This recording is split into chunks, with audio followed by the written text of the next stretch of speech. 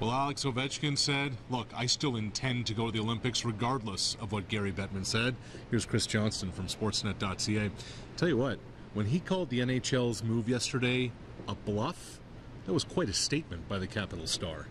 And no surprise, really. I mean, for Alex Ovechkin, he's been very consistently strong.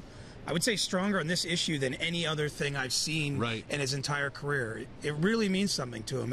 It comes from an honest place. This isn't, for him, a negotiation, a bargaining.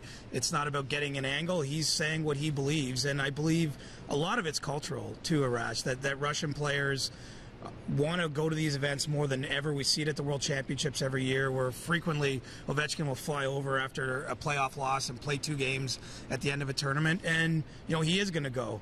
The real question to me is whether more stars around the league stand up and say the same types of things, because the Capitals are the one team where their owner is on board with it. Yeah, and Braden Holtby, of course, who would represent Team Canada if there were an Olympic situation, said, my number one priority is the Stanley Cup. Nick Backstrom said, we'll just have to see how this thing plays out. We asked Barry Trotz today, how would you approach a situation if a couple of your star players said, I want to go to the Olympics? He said, we'll deal with that in February. Mike Babcock didn't want to deal with this at all. Almost like Marshawn Lynch at the Super Bowl, he kept reiterating, we have a big game against the Capitals tonight. We play Washington tonight. It's been a real tight-lipped Maple Leafs group around this issue. Not just the coach, but the player too. Why?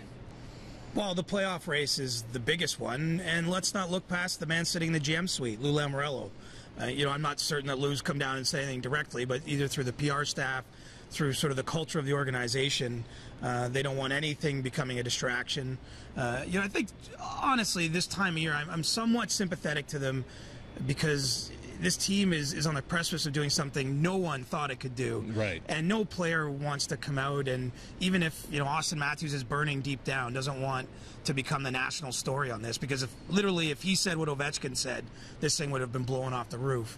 But clearly within the organization there's something, and Babcock is of particular interest because in his time now, 1.5 years as a Leafs coach or a little more, he's weighed in on every big issue when given the opportunity. He loves the platform. Never shied away from larger nets, eliminating the salary cap he suggested last year, things of that nature, and he's been strong on the Olympics. When he didn't choose to really bite on this, it just showed how much they close ranks. Yeah, neither did Matthews at all. Austin said nothing on the matter. James Van Riemsdyk did say it was, quote, a bitter pill to swallow.